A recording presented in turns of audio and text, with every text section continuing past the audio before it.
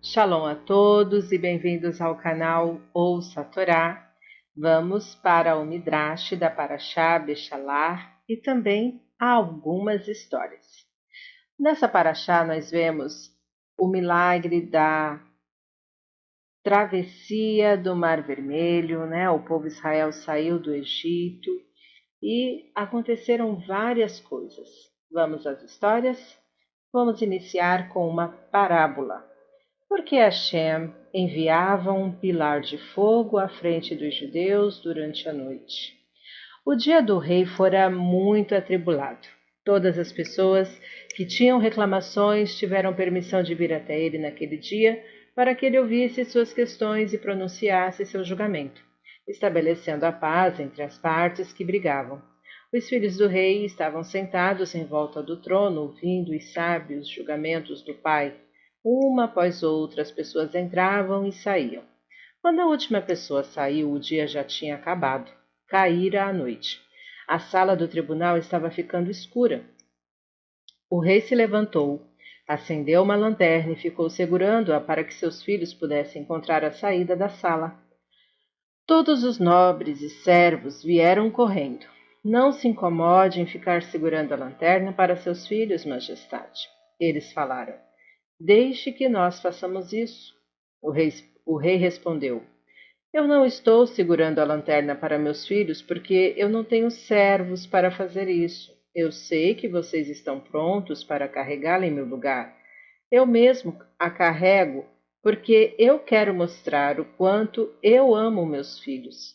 Assim vocês darão a eles o devido respeito. Da mesma forma, Hashem enviou seu pilar de fogo à frente de Bnei Israel no deserto. Nós podemos dizer que ele carregou a lanterna para eles.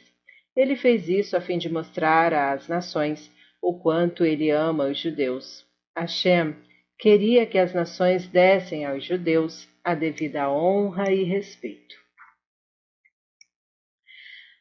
Hashem tirou os judeus do Egito para levá-los para Eretz Israel. O caminho mais curto para alcançar Eretz Israel era atravessando a terra dos Pelistim. Mas Hashem guiou Bnei Israel por um caminho diferente, mais longo, contornando as terras dos Pelistim. O caminho curto, ponderou Hashem, tornaria muito fácil para os judeus tentarem voltar para o Egito. Assim que fossem atacados por inimigos, eles ficariam com medo, tentariam retornar para o Egito, portanto, Hashem os levou pelo caminho mais longo através do deserto. O faraó foi atrás dos filhos de Israel, com todos os seus servos tomados pelo arrependimento. Que erro nós cometemos ao concordar que todos aqueles escravos judeus saíssem? Eles lamentaram. Agora eles têm nosso ouro e prata também. O primeiro pensamento do faraó foi ir atrás dos filhos de Israel, mas ele hesitou. Afinal, ele e seu povo haviam acabado de passar por 10 pragas terríveis. Hashem, no entanto, fortaleceu o faraó em sua decisão de ir atrás dos filhos de Israel, porque ele queria que o exército do faraó se afogasse no Yansuf. Este seria o castigo final pela crueldade do faraó e dos egípcios em afogar impiedosamente os bebês judeus no rio Nilo. Hashem, portanto, ordenou a Moshe, diga a Bnei Israel para voltar e tomar o rumo em direção ao Egito novamente. Assim o faraó pensará que eles se perderam e irá atrás deles. E foi exatamente o que aconteceu. Assim que o faraó escutou que os judeus estavam se aproximando do Egito, ele chamou seus generais e seu exército. Os judeus estão andando em círculos, ele falou. Eles parecem estar perdidos. Nós os mataremos, todos os judeus, e pegaremos de volta nossos tesouros. O próprio faraó preparou sua carruagem. Ele nem esperou para que seus servos a preparassem, de tão ansioso que estava para ir atrás de Bnei Israel. Quando os filhos de Israel olhou para trás, eles viram o exército do faraó logo atrás deles, prestes a alcançá-los, e então ficaram desesperados de medo. O faraó vai nos levar de volta como escravos para o Egito, eles gritaram em pânico. Ou, então, pior, ele nos matará.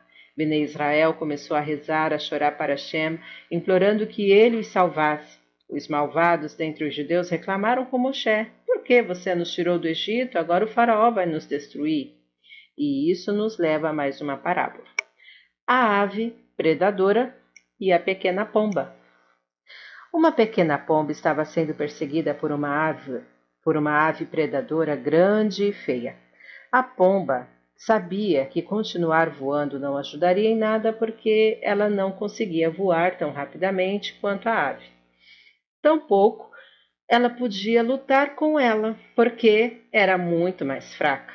Logo, a ave predadora agarraria a pequena pomba e a rasgaria em pedaços. Enquanto voava, a pequena pomba tentou desesperadamente procurar um lugar para poder escapar. De repente, ela avistou uma rocha no meio do campo, lá embaixo, e a pequena pomba descobriu um pequeno buraco nesta rocha. Era perfeito.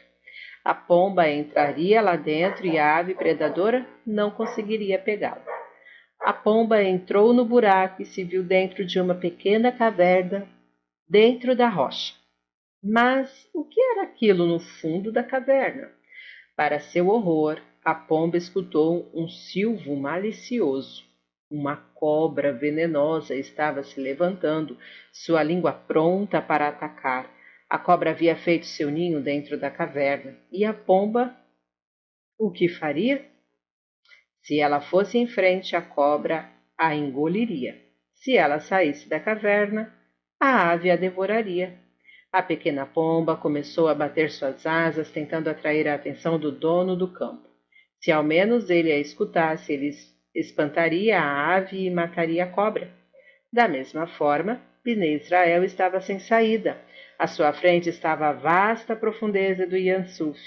Eles se afogariam se tentassem seguir em frente, mas se eles ficassem parados, pois às suas costas estava o exército do faraó, ávido por matá-lo. E o que eles fariam? Rogaram a Hashem. No céu, Abraham, Isaac e Jacob também se levantaram e rezaram para Hashem. Por favor, Hashem, ajude Bnei Israel. Hashem disse: eu estava esperando os judeus rezarem para mim. Agora eu os salvarei. Hashem disse a Moshe: eu já aceitei sua tefilá. Você não precisa continuar rezando. Ordene a Bnei Israel que siga em frente, pois eu os salvarei. Os judeus continuaram a andar. O exército egípcio os seguia de perto. Hashem, no entanto, assegurou que os egípcios não alcançassem os judeus. Os egípcios tentaram atacar Bnei Israel atirando flechas. A nuvem bloqueou todas as flechas e nenhum judeu se machucou. E isso nos leva a uma nova parábola. O pai cuida de seu filho. Um pai estava levando seu filho pequeno para um lugar que somente podia ser alcançado viajando através de uma floresta vasta e escura. Não tenha medo, o pai garantiu ao filho. Eu cuidarei de você e não deixarei que você se machuque. A assustadora viagem começou. Logo, um uivo terrível cortou o silêncio da floresta. Um ladrão, armado com uma grande faca, pulou de um arbusto à frente dos viajantes, seguido de seu bando. Em um segundo, o pai escondeu seu filho atrás de si, apontou sua arma para a cabeça do líder e atirou nele, bem como no bandido que estava perto dele. O restante do bando saiu em disparada e desapareceu o mais rápido possível. O filho respirou aliviado, mas a viagem não prosseguiu em paz. Um lobo enorme surgiu atrás deles, mostrando os seus dentes rosnando. Rapidamente o pai colocou o filho à sua frente, se virou e atirou no lobo. Pouco tempo depois, animais ferozes atacaram de todas as direções, mas o pai estava em total controle da situação. Ele pegou seu filho, carregou em seus braços enquanto espantava os animais selvagens. Quando eles chegaram a uma clareira um pouco mais tarde, o sol começou a incidir sobre eles. O pai colocou seu robe sobre o pequeno menino para protegê-lo do sol. Quando o filho ficou com fome, o pai o alimentou. Quando sentiu sede, o pai lhe deu uma bebida. Assim como o pai que protegeu seu filho de todos os perigos, também Hashem protegeu continuamente Bnei Israel, enquanto eles seguiam Moshe pelo deserto. Assim, quando o faraó e seu exército começaram a atacar Bnei Israel, Hashem enviou sua nuvem, que normalmente ia à frente de Bnei Israel para protegê-los por trás. Quando Bnei Israel estava quase alcançando Iansuf, Moshe ordenou em nome de Hashem: vão em frente, Hashem fará o milagre. O mar se tornará seco. Enquanto isso, no entanto, altas ondas se formavam em direção à margem. O mar estava revolto como sempre, sua arrebentação forte e ameaçadora. Hashem estava esperando. Ele queria testar Bnei Israel para ver se eles realmente confiavam nele e acreditavam que ele secaria o mar. Eles seguiram adiante? Nachshon ben Aminadav, o líder da tribo de Judá, não pensou duas vezes. Sua fé em Hashem era tão forte que ele pulou sem medo dentro do mar. Aqueles que acreditavam em Hashem o seguiram. Eles continuaram em frente, embora a água já atingisse seus pescoços. Hashem disse: a grande emuná em mim será recompensada. Ele ordenou Moshe que esticasse sua mão. A água secou.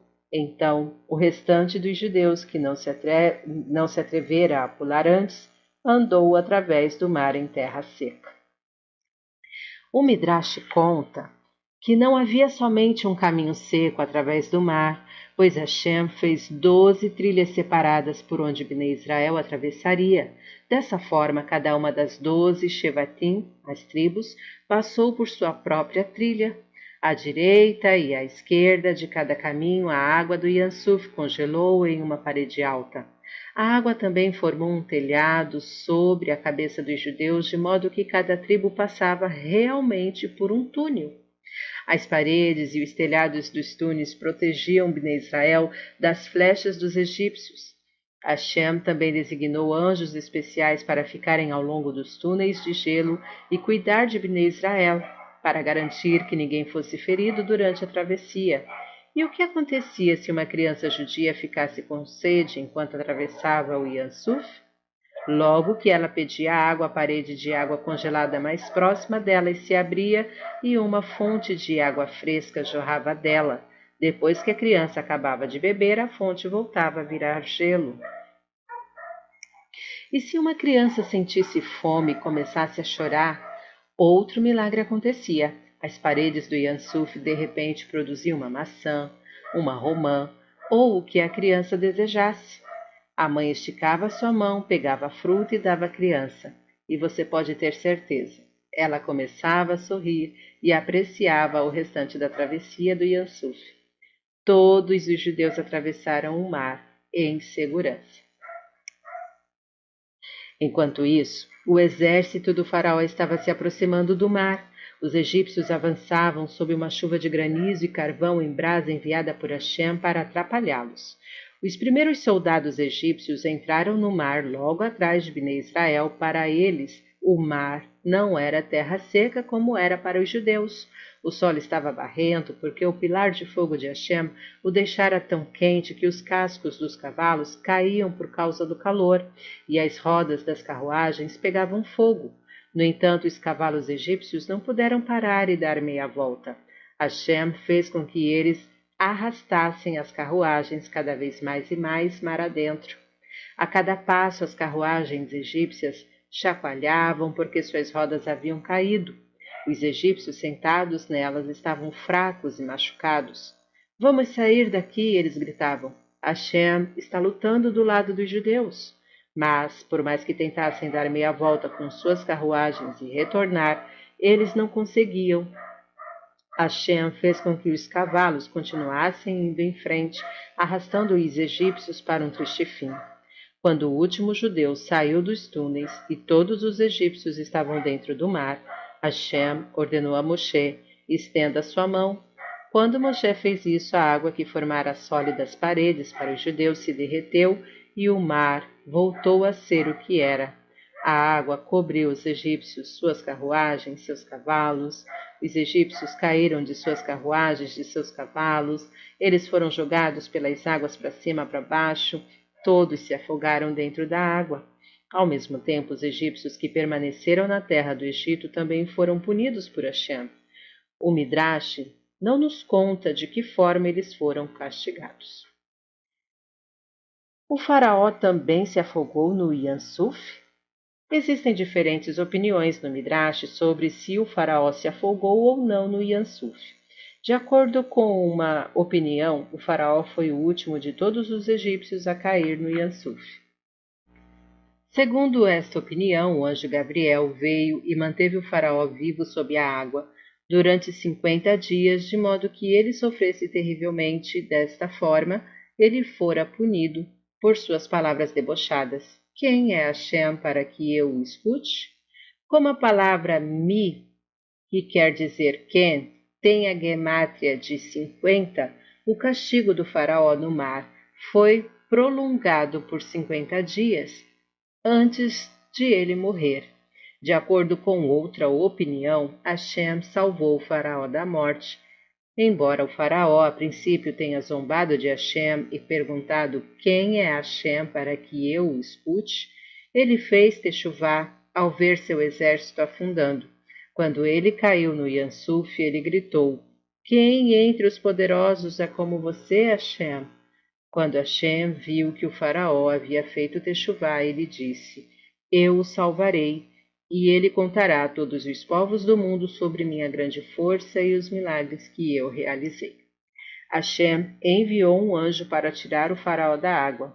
O anjo levou o faraó para uma cidade chamada Nínive, onde mais tarde ele se tornou rei e levou todas as pessoas a fazerem techuvá. O Midrash conclui: ambas as opiniões são verdadeiras. Primeiro, Hashem fez o faraó sofrer e se afogar. Ele afundou sob a água e foi coberto por ela, mas Hashem o salvou antes que morresse. O dia em que os egípcios se afogaram foi o 7º dia depois que Bnei Israel saiu do Egito. A Torá nos ordena celebrar o 7º dia de Pêssar como um Yom Tov, no qual não podemos trabalhar. Naquele dia, os judeus finalmente se libertaram por completo da tirania dos egípcios. Até então, eles ainda corriam perigo de serem mortos pelo exército do faraó. Quando Bnei Israel viu os milagres maravilhosos de Hashem e compreendeu como haviam sido salvos e os egípcios punidos, eles acreditaram em Hashem e em Moshe, com muito mais fé do que antes. Hashem lhes concedeu Ruach HaKodesh, profecia, e eles cantaram uma shirá, uma canção de louvor para Hashem, que começa assim: Eu cantarei para Hashem porque ele é muito grande. Ele atirou o cavalo e seu cavaleiro no mar. E terminava com as seguintes palavras: Hashem reinará para sempre. Assim como ele puniu os egípcios, também ele punirá todos aqueles que se rebelam contra ele, e ele salvará todos que lhe escutam. As mulheres cantaram e dançaram separadamente. No Yan Suf, Bnei Israel se tornaram ainda mais ricos do que quando saíram do Egito. Os cavalos egípcios foram adornados com ouro, prata e pedras preciosas. Hashem fez que o mar levasse todas as pedras e metais preciosos para a margem, e Bnei Israel recolheu todos os valiosos ornamentos. Os judeus viajaram pelo deserto a fim de chegar ao Har Sinai. Ali Hashem lhes daria a Torá. Como você sabe, o propósito pelo qual Hashem libertou os judeus do Egito era para lhes dar sua Torá no Har Sinai. Enquanto isso, Hashem quis testar os judeus para ver o quanto eles acreditavam nele e se eles mereciam receber sua preciosa Torá. Um dos testes aconteceu em um lugar chamado Mará, a caminho do Har Sinai. Quando Bnei Israel chegou a Mará, a água ali era muito amarga e não era adequada para ser bebida. Mará significa amarga. A Torá chama o lugar de Mará, por causa da água que era amarga. Bnei Israel procurou água, uma fonte ou um poço, por 3 dias. Eles não encontraram água nenhuma e ficaram com muita sede. Hashem estava testando Bnei Israel. Eles reclamariam ou confiariam em Hashem e rezariam para ele? A maioria das pessoas não reclamou. Somente o Erev Rav e os Rechaim resmungaram. O que nós vamos beber? Veja como a maioria dos judeus eram de Sadiquim. Será que nós agiríamos também assim em uma situação similar? Hashem prometeu a Moshe: Eu realizarei milagres para Bnei Israel. Pegue o galho de uma árvore, que eu mostrarei a você, e jogue-o nas águas amargas. Hashem mostrou a Moshe um galho que tinha um gosto amargo. Por que Hashem testou Bnei Israel no deserto tantas vezes? Se os judeus passassem nos testes, eles se tornariam grandes de Sadiquim e receberiam maravilhosas recompensas de Hashem. Mas, mesmo que eles falhassem em alguns testes, os judeus sempre se arrependeriam. Eles fariam techuvá e melhorariam seus atos. Portanto, todos os testes ajudaram os judeus a se tornarem pessoas melhores. Conforme Be'er Yitzhak sobre Rashi. De acordo com algumas opiniões no Midrash, o galho vinha de uma árvore que tinha frutos venenosos. De acordo com outras, ele era o galho de uma oliveira. Seja qual fosse o tipo do galho, ele era muito amargo. Hashem ordenou: agora jogue o galho nas águas amargas. Moshe fez assim e, milagre dos milagres, a madeira amarga tornou a água amarga muito saborosa. Agora Bnei Israel tinha bastante água para beber. Todos os judeus viram o grande poder de Hashem. O Erev Rav fizeram techuvá por terem reclamado. Em Mará, Hashem deu aos judeus algumas mitzvot antes mesmo de ter-lhes entregue a Torá, para que eles se acostumassem a cumpri-la. Uma das mitzvot que eles aprenderam em Mará foi a mitzvah de guardar o Shabat. Um mês depois que Bnei Israel deixou o Egito, eles já tinham consumido toda a massa que levaram com eles. Agora eles estavam no deserto, onde não crescia nenhuma planta, onde eles conseguiriam comida. Desta vez, todos os judeus, e não somente o Erev Rav, reclamaram: Vocês nos trouxeram para o deserto para morrermos de fome. Eles reclamaram com Moshe e Aharon: Deem-nos pão e carne. Hashem anunciou a Bnei Israel: Eu darei pão e carne a vocês. Eu posso alimentar uma nação inteira mesmo no deserto. Vocês estão certos em pedir pão, pois estão com fome. No entanto, vocês não deviam ter pedido carne, pois poderiam abater alguns dos animais que possuem. Eu, no entanto, darei também carne a vocês. Para mostrar a minha indignação, vocês receberão a carne à noite, quando não terão muito tempo para prepará-la para a janta. Na manhã seguinte, quando os judeus acordaram, o deserto estava coberto de grãos brancos e brilhantes. Eles caíram do céu durante a noite. O que é isto? Os judeus perguntaram, surpresos. Esta é a comida dada a vocês por Hashem, explicou Moisés. De agora em diante vocês encontrarão isto sobre o solo todas as manhãs. Bnei Israel chamou a nova comida de man. Eles a comeram e descobriram que era doce e saborosa. Hashem ordenou que cada pai recolhesse um homer, cerca de 2,49 litros, por dia cada pessoa em sua família. A maioria dos pais não seguia esta medida de forma exata. Alguns recolhiam um pouco mais de um homer por pessoa, outros um pouco menos. Mas quando eles chegavam em casa e mediam o que haviam recolhido, eles sempre tinham exatamente um homer para cada pessoa da família. Se eles tivessem coletado muito pouco, a quantidade de man aumentava. Se haviam recolhido muito, a quantidade de man diminuía. Depois de os judeus terem comido man, Moshe lhes ensinou a recitar o Birkat Hamazon até as palavras Azam et Akol. E vamos para uma história. Um tzadik que tinha 5 filhos era tão pobre que não havia comida em sua casa.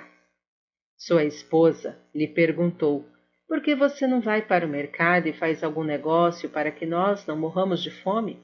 O marido respondeu: Que sentido faz ir ao mercado? Eu não tenho dinheiro e nem mercadoria para vender, e não sei como alguém de lá poderia me ajudar. A esposa ficou sem resposta. No entanto, ela implorou: simplesmente vá. Você quer ficar aqui sentado de braços cruzados enquanto os seus filhos morrem de fome? Mas eu não tenho nem roupas para usar fora de casa, respondeu o marido. Sua esposa fez uma busca pela casa. Finalmente ela encontrou um casaco velho e esfarrapado. O marido vestiu e saiu. O pobre Tzadik andou até o cruzamento. Então ele se deu conta de que não sabia realmente o que fazer ou para onde ir. Ele ficou parado no lugar e começou a rezar para Hashem com lágrimas em seus olhos. O Senhor sabe, Hashem, que não tenho ninguém que possa me ajudar. Minhas crianças pequenas em casa estão chorando de fome. Por favor, me ajude em sua grande misericórdia. Suas preces penetraram no céu e chegaram até Hashem. Hashem enviou seu profeta Elial para se revelar ao pobre Tzadik. Elial passou por ele com a aparência de um homem comum. Por que você está chorando? Elial perguntou ao pobre. O pobre homem contou seus problemas. Não tenha medo, Elial disse. Simplesmente leve-me ao mercado e me venda como escravo. Então você receberá o dinheiro da venda. Como posso vendê-lo? Perguntou o pobre Tzadik, tremendo. Todos sabem que um homem pobre como eu não tem nenhum escravo. Eles dirão que eu sou o escravo e você o mestre. Apenas faça como eu disse, Elial repetiu. Depois que você me vender, pegue todo o dinheiro, exceto um zuz, que é uma pequena moeda, que você deverá me devolver. O pobre homem obedeceu e levou Elial para o mercado. Como ele temia, as pessoas pensavam que ele era o escravo e Elial o mestre. Elial teve de explicar a todo mundo: eu sou escravo. Neste momento passou o mensageiro do rei. Ele estava procurando um escravo. Ao ver Elial, ele ficou satisfeito. O rei gostaria de tê-lo como escravo, ele pensou. O senhor é o mestre dele? O mensageiro perguntou ao tzadik pobre. Eu pagarei a você 80.000 dinares do tesouro real por este escravo. O pobre homem concordou. Ele pegou o dinheiro e deu a Elial um zuz. Elial esticou sua mão para receber a moeda, então ele a entregou de volta ao homem com as seguintes palavras: pegue esta moeda e viva com ela você e sua família. Nunca faltará comida em toda a sua vida. Porque o profeta Elial recebeu esta moeda, ela foi abençoada, e portanto ela trouxe bênçãos a todas as tarefas do homem pobre. O tzadik pobre procurou alguém que vendia comida, comprou pão, carne, frutas para sua família e voltou correndo para casa. Você tinha que ver a cara de seus filhos ao verem tanta comida. Pela primeira vez, eles puderam comer até se sentirem satisfeitos e não tiveram que ir dormir com fome. Eles ficaram muito felizes e agradecidos a Hashem. Daquele dia em diante, o tzadik foi abençoado por Hashem. Nunca mais lhe faltou comida. Enquanto isso, Elial, o escravo, foi levado ao rei. Que tipo de trabalho você sabe fazer? O rei lhe perguntou. Eu sou um experiente construtor, Elial respondeu. Perfeito, exclamou o rei. Você será encarregado da construção do grande palácio que eu quero que seja construído para mim nos arredores da cidade. Se você conseguir terminá-lo em 6 meses, eu o libertarei. Elial concordou. Ele ordenou aos trabalhadores do rei que reunissem materiais de construção, madeira, tijolos e pedras, e que construíssem a base do palácio. Naquela noite Elial rezou a Hashem: por favor, Hashem, complete o palácio da maneira que o rei deseja. Hashem realizou um milagre. Na manhã seguinte, o rei acordou e foi informado que o palácio inteiro estava pronto. Era um palácio maravilhoso do jeito que o rei queria. Mas onde estava o escravo que realizara este milagre? Ninguém sabia. Elial havia desaparecido. Novamente Elial se revelou ao tzadik, que agora vivia uma vida feliz com sua família. O tzadik lhe perguntou: o que aconteceu depois que você foi levado como escravo para o rei? Eu não enganei o rei, Elial respondeu. Eu construí para ele um palácio que vale milhares de vezes mais o dinheiro que ele gastou ao me comprar. O tzadik ficou muito satisfeito ao escutar isto. Como eu posso agradecê-lo apropriadamente por ter salvo a mim e a minha família? Ele perguntou. Não me agradeça, Elial respondeu. Louve Hashem, que fez esta grande bondade para você. É Hashem, em sua grande misericórdia, quem dá comida a todas as criaturas. E o Midrash nos conta. Todas as manhãs, quando Bnei Israel se levantava, seu café da manhã de man estava pronto para ser recolhido e comido. Ele estava quente e tinha um cheiro delicioso. Os tzadikim encontravam suas porções nas entradas de suas tendas. Hashem facilitava para eles, para que não desperdiçassem o tempo de estudar Torá e cumprir mitzvot. Aqueles que não eram tzadikim, tão grandes, tinham de se afastar mais de suas tendas para recolher o man. Os rechaim tinham que ir buscá-lo fora do acampamento. Qual era o gosto do man? Ele era doce e delicioso e podia ter qualquer sabor que a pessoa desejasse. Uma criança precisava apenas pensar: quero que meu man seja sorvete, e ele ficava com o gosto de sorvete. Você sabe quanto de man caía todas as manhãs? Cada manhã havia quantidade suficiente de man para alimentar os judeus pelos próximos 2000 anos. É claro que os judeus usavam apenas uma pequenina parte de todo o man que caía. A maioria dele era deixada no solo e derretia pelo sol, porque Hashem fazia com que tanto man fosse desperdiçado. A resposta é que Hashem queria ensinar seu grande poder. Ele tem mais comida para todos nós do que podemos consumir. Moshe advertiu Bnei Israel: não guardem nenhum man de um dia para o outro. Vocês receberão man fresco todas as manhãs. Bnei Israel obedeceu, exceto 2 rechaim, os mesmos que Moshe havia repreendido no Egito por estarem brigando um com o outro, Datã e Avirã, que não acreditaram nas palavras de Moshe.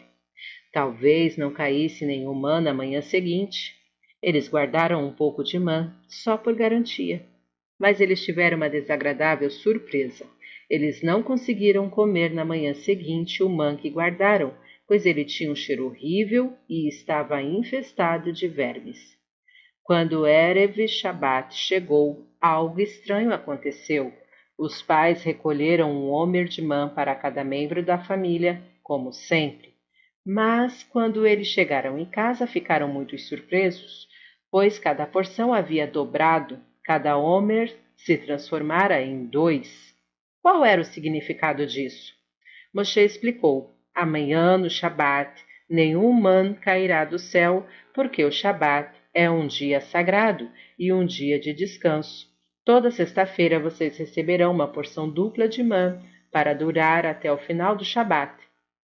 Embora o povo tivesse ouvido claramente de Moshe que nenhum man cairia no Shabat, algumas pessoas não acreditaram nele. Imagine quem eram os líderes que disseram: de qualquer forma, nós sairemos no Shabat para procurar man.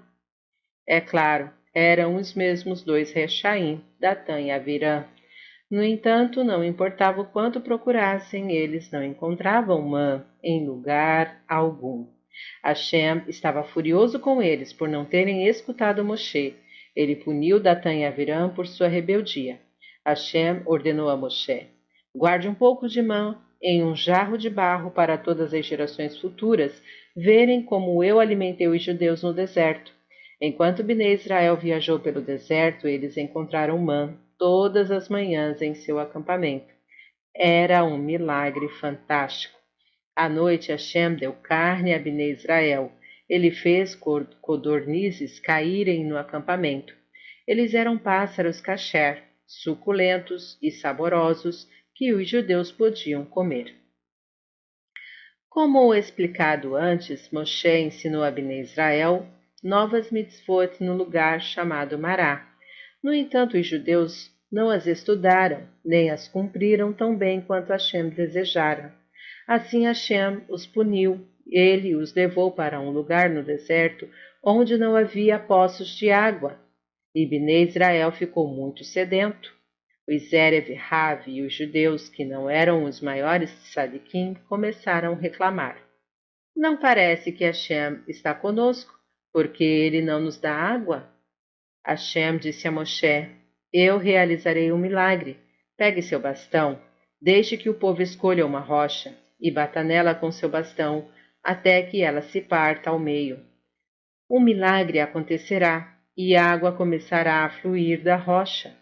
Moshe bateu na rocha na frente dos Zequenim, os anciãos do povo. A água jorrou da rocha de forma tão abundante que todo mundo pôde beber, o quanto quis.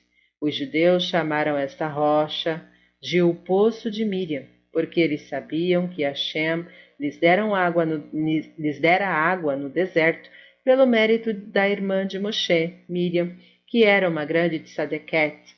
Dali em diante, para onde os judeus viajavam no deserto, eles tinham bastante água para beber, pois o poço de Miriam os acompanhava para todos os lugares. Hashem puniu Bnei Israel de outra forma. Por eles não terem estudado o suficiente as mitzvot que Moshe lhes ensinara, Hashem não os protegeu do terrível ataque do povo Amaleque. Amaleque era a neta de Esav. Os filhos e descendentes de Amaleque, os Amalequim, odiavam os judeus com todas as suas forças. Os Amalequim escutaram que Hashem estava protegendo os judeus e que ele abrira o Yansuf para eles, mas eles não se importaram. Enquanto as outras nações tremeram depois do milagre do Kiryat Yansuf e não se atreviam a atacar os judeus, os Amalequim ignoraram os grandes milagres de Hashem no Yansuf e decidiram, no entanto, atacar Bnei Israel. Eles não apenas odiavam os judeus, como também eram inimigos do próprio Hashem, pois eles não o temiam. Os Amalequim se aproximaram sorrateiramente por trás do acampamento dos judeus e começaram a atacar os judeus que andavam fora das nuvens de Hashem. Aqueles judeus que tinham que andar fora das nuvens porque haviam pecado. Moshe disse ao seu aluno Yehoshua, os Amalequim esperam nos derrotar, porque seu patriarca Esav foi abençoado por Yitzhak. Você vencerá na guerra. Eu irei rezar para Hashem para que mesmo assim nós possamos vencê-los. Subirei no topo da montanha e rezarei ali de modo que todos os judeus me vejam e direcionem seus corações para Hashem juntamente comigo. E você, Yehoshua, prepare um exército de tzadikim e saia para guerrear contra Amaleque. Yehoshua reuniu um exército de tzadikim para lutar contra Amaleque. Enquanto isso, Moshe subiu no topo da montanha, junto com seu irmão Aharon e seu sobrinho Hur, filho de Miriam. Moshe ordenou que todo Bnei Israel jejuasse naquele dia. Moshe ergueu suas mãos aos céus e rezou. Quando Bnei Israel olhou para cima e viu Moshe, eles voltaram seus corações para Hashem também. Moshe manteve suas mãos erguidas em direção ao céu, e os judeus se dirigiram a Hashem e imploraram a ele que os ajudasse. Assim Hashem deu ao exército de Yehoshua a força para matar os Amalequim. Mas logo depois os braços de Moshe caíram de fraqueza. Ele não mais conseguia mantê-los no alto. Quando os judeus viram isso, eles ficaram desencorajados e não conseguiram mais direcionar seus corações para Hashem. E então o exército de Amaleque se fortaleceu. Assim Moshe se sentou em uma pedra. Aharon e Hur vieram ajudá-lo. Eles levantaram suas mãos bem alto e ficaram segurando-as. Quando os judeus viram as mãos de Moshe constantemente erguidas, eles se sentiram encorajados e continuaram a rezar com toda a sua força. Hashem aceitou as tefilot de Bnei Israel e os considerou como um povo sagrado. Ele deu vitória a Yehoshua e ao exército judeu. Os Amalequim perderam a batalha e voltaram para seu país. Hashem disse a Moshe, quando os judeus se estabelecerem em Eretz Israel e tiverem seu próprio rei, sua primeira tarefa será guerrear contra os Amalequim. Todo rei judeu deverá lutar contra eles até que a nação inteira seja destruída. Eu também ajudarei a destruir Amaleque, porque eles são um povo perverso que não teme a mim. Uma parábola. Amaleque é como uma mosca. Você já viu um bando de moscas? Você sabe o que atrai as moscas? Apenas deixe um pedaço estragado de carne ou alguma sujeira em algum lugar aberto e você com certeza logo verá um enxame de moscas. As moscas sentem o cheiro de coisa podre ou suja e se sentem atraídas. Mesmo se você as afugenta, elas tornam a voltar. Nossos sábios comparam o povo de Amaleque a moscas. Eles cheiram quando os judeus estão podres ou maus. Sempre que um judeu se enfraquece no estudo da Torá e das mitzvot, eles atacam. Em todas as gerações, Hashem nos enviou Amalequim ou outros inimigos que nos causam problemas se não estudamos e cumprimos a Torá. Eles continuam a vir se não cumprimos a Torá. Somente se formos fortes na Torá e nas mitzvot de Hashem, ele nos protege dos ataques de Amaleque. Fim da nossa história. Está gostando do conteúdo do canal? Então, curta, comenta, compartilhe. Não é inscrito ainda? Então se inscreve, ativa o sininho e nos ajude a crescer e a alcançar mais pessoas. Shalom a todos!